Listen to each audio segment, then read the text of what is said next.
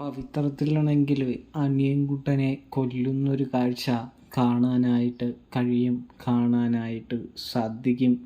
നാളെയാണെങ്കിൽ അങ്ങനെ വിക്രവും വേദയും ശ്രീകാന്തിൻ്റെയും അമ്മായിയച്ഛൻ്റെ കയ്യിൽ നിന്നും ജോബിയുടെ കയ്യിൽ നിന്നും രക്ഷപ്പെടാനായിട്ട് ഒരുങ്ങുന്നൊരു കാഴ്ച കാണാനായിട്ട്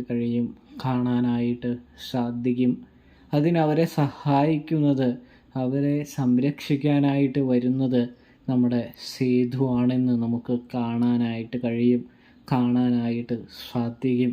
സേതു സംരക്ഷിക്കാനായിട്ട് വരുന്ന സമയമാണെങ്കിൽ വിക്രവും നമ്മുടെ വേദയും ഒക്കത്തിനെയും സേതു രക്ഷിക്കുന്നുണ്ട്. കൂടാതെ വിക്രവും സേതുവും ചേർന്ന് ശ്രീകാന്തിൻ്റെയും അവൻ്റെ ഗുണ്ടകളെയും എല്ലാവരും അടിച്ച് നിലംപരിശാക്കുന്നത് കാണാനായിട്ട് സാധിക്കും.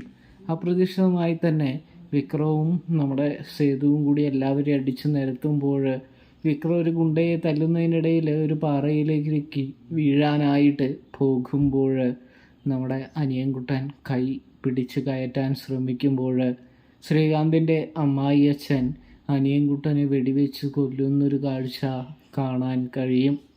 അങ്ങനെ അനിയൻകുട്ടൻ വെടിയേറ്റ് നിലത്ത് വീഴുമ്പോൾ തലകറങ്ങി വീഴുന്ന വേദയെയും നമുക്ക് കാണാം. ഇതേ സമയം അനിയൻകുട്ടൻ ചാടി വരുന്നുണ്ട് കേട്ടോ. അനിയൻകുട്ടനല്ല, നമ്മുടെ വിക്രം ചാടി വന്ന് അവിടെ ആ പിടിവലിയിൽ ഒരു യുദ്ധം തന്നെ നടക്കുന്നത് കാണാൻ സാധിക്കും.